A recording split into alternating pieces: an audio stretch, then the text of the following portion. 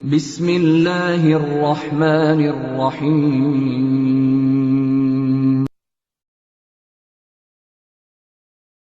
আসসালামু আলাইকুম ওয়া রাহমাতুল্লাহি ওয়া বারাকাতুহু। আমাদের রাশেদুর ভাই একটা প্রশ্ন করেছেন, মনে হয় প্রশ্নটা আবু তাহেরের প্রশ্ন, যে কত বছর থেকে পাগড়ি বাঁধা সুন্নাত।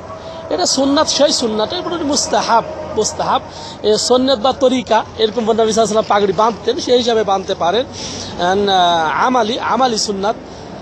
তো এটার কোনো বয়স নির্ধারিত নাই যে কোন বয়স থেকে পাগড়ি বাঁধবে। পাগড়ি বাঁধার জন্য কোন কোয়ালিফিকেশন হওয়া অথবা এই মর্যাদাপূর্ণ লোক হয়, এরকম ইসলামের শরীয়তে কোনো দিক নির্দেশনা নাই যে এত বয়স হলে অথবা এই ডিগ্রি লাভ করলে, এইরকম তার পজিশন হলে অথবা এই মর্তবায় সে পৌঁছলে পারে এই পাগড়ি বাঁধতে হবে, এরকম কোনো ইসলামে কোনো কোনো দিক নির্দেশনা নাই। আর দ্বিতীয় যে প্রশ্ন করেছেন, নামাজরত ব্যক্তির কতটুক সামনে দিয়ে হাঁটা যাবে।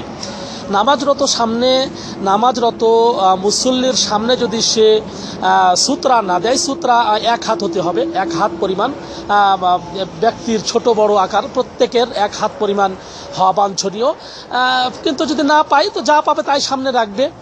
সে মুসল্লি যদি সূত্রা না দিয়ে সালাত আদায় করে, তাহলে তার সামনে দিয়ে কেউ গমন করলে সে গুনাহগার হবে। যে ব্যক্তি সালাত আদায় করবে সে গুনাহগার হবে। তো কতটুক সামনে দিয়ে যাওয়া যাবে এ সম্পর্কে শেখ ইবনে বাজ রাহিমাহুল্লাহকে জিজ্ঞাসা করা হলে তিনি বলেন যে সালাসাতু আযরা, 3 হাতের বাইরে দিয়ে গমন করতে পারবে। 3 হাতের পর 3 হাত সামনে জায়গা রেখে তার বাইরে দিয়ে গমন করতে পারবে। আর যদি সূত্রা থাকে, সূত্রার সামনে দিয়ে কেউ গমন করলে গুনাহগার হবে না। জাযাকাল্লাহ খাইর।